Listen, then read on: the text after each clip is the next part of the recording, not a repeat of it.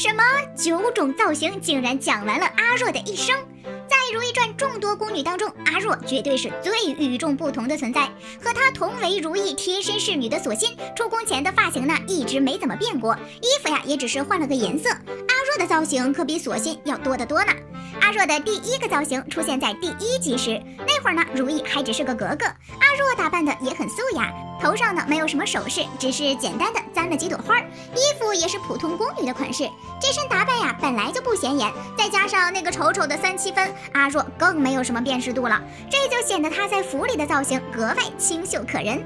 不过造型不好看不重要，值得称赞的是阿若那个时候一心只为如懿着想，如懿不想去选秀，她就在一边唠叨，如懿被封为侧福晋，阿若也是真心实意为主子高兴。之后啊，雍正驾崩，如懿遭到太后的刁难，阿若虽然口无遮拦，但也是真的担心如懿。那个时候的阿若急起来连太后都敢说，对比以后的背叛，现在的她简直像个天使。后来如懿进宫的时候，阿若的造型有了大的改变，这个头发样式在整个后宫里算得上独特的存在，一般刚进宫的宫女不会梳这种发型，只有皇后身边的贴身侍女和上了年纪的嬷嬷才会这么梳头发。不信就看看兰华身边的苏烈，她的发型呢也和普通宫女不一样。在兰华要把莲心嫁给王钦的时候提到过，苏烈年纪已经大了。后来啊，到如懿身边的容佩年纪也都已经够出宫了，他俩搞这个嬷嬷头还情有可原。阿若这样的确有点显眼。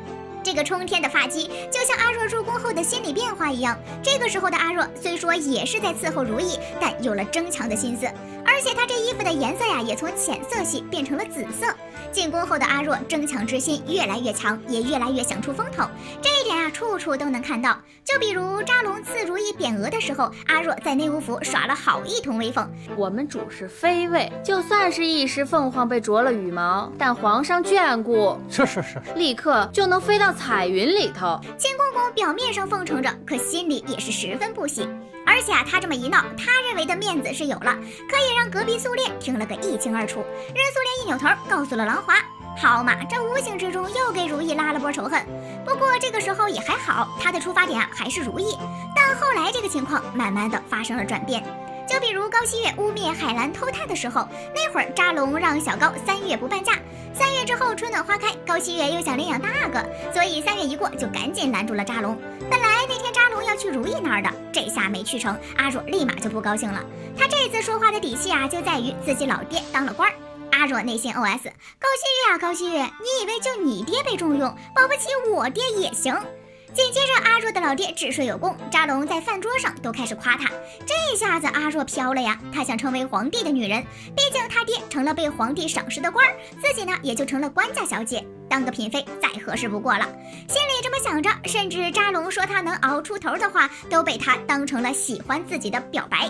当天晚上呀，阿若就命令索性让人家给他打洗澡水。哎，你去打水来给我擦身子吧，还有拿艾草好好熏熏，可别让蚊子咬着我。第二天呢，又穿上了满袖。本来宫女不能穿这个，可她认为自己这么穿合自己的身份，这样才合我的身份。既然这个人心已经野了，那谁也劝不回来呀。即便是如懿告诫他，跟他说这样会被罚。再说皇后娘娘不喜奢华，尤其宫女打扮出格必定受罚。他也觉得是因为自己太好看，让如懿产生了危机感，所以自己才会被骂。刚才皇上多看了我2眼，没想到主就嫌我碍眼了。这样的念头一旦产生，阿若就走上了一条不归路。如懿也没想到自己对他这么好，换来的会是背叛。不是吧，阿若刚背叛如懿，造型就暴露了一切。这还要从莲心嫁给王钦说起。当时阿若听说这事儿啊，就立马开始冷嘲热讽。婚前阿若就总说人家，莲心成婚第2天，她更是嘴上不饶人。可是兔子急了还会咬人呢，莲心这次就急眼了，俩人在街上就开始互怼。虽然如懿拽走了阿若，可还是迎面撞上了高希月。小高好不容易抓住如懿的把柄，当时就决定严惩。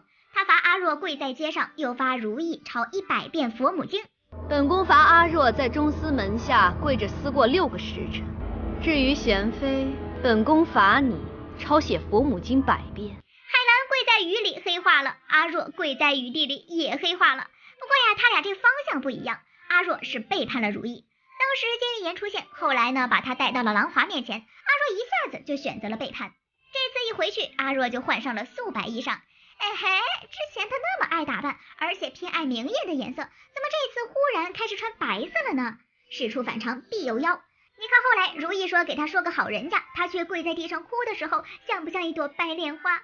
没错，他穿白色的衣服，性格也沉静了那么多，其实就是在伪装呢。还有他这身紫色的冬衣，乍一看呀和原来的差不多，可里面的衣服却更艳丽了。这不就是在内涵阿若说他把花花心思都藏起来了吗？直到最后阿若上场说如意害孩的时候，他仍然穿着白色的保护衣。还有如意被禁足之后，阿若那身破衣烂衫也是一种伪装。但就是在这种极致的伪装之后，阿若迎来了造型高潮。从宫女到嫔妃，阿若的造型里究竟隐藏了什么？在如意进冷宫前夕，阿若成了扎龙的御前宫女。这个时候呢，阿若也穿上了粉粉的宫装，一副桃花来了的样子。果然，接下来扎龙抱住了阿若，说要让她当自己的女人。阿若这个表情和粉色还挺搭的，但我只想，第二天，阿若的衣服颜色就变得明亮了不少，同时呢，也换上了嫔妃的造型。整体看上去啊，真的很像一个热恋中的少女。紧接着呢，她又换上了明亮的蓝色宫装，开始逐渐嚣张跋扈。一个常在连贵人都敢打，也真是开天辟地头一回。打这之后啊，阿若的衣服越来越华丽，头饰也越来越上档次。在如意出冷宫的时候，她的服装华丽程度也直接成为人生巅峰。那会儿啊，阿若戴着辫子头，妄图跟金玉妍平起平坐，见过狂的，没见过这么狂的。不过这也是阿若最后的晚餐了，因为下一次后宫团建，阿若就成了阶下囚。因为扎龙为了爱妃如意要查出当年害孩的真凶，所以这次的破衣烂衫可真不是装的了呀。当时高希月和兰花打定主意推他背锅，那冷宫的事情，阿若想认就只能自己认了。就连她的贴身侍女原来也是人家安插过来的。贵妃娘娘让奴婢给您递个话，您的2个弟弟所出伦家现在仅剩的难听，生死可就掌握在您的手里。可即便他现在没有后台，他也坚定地认为扎龙对自己一往情深。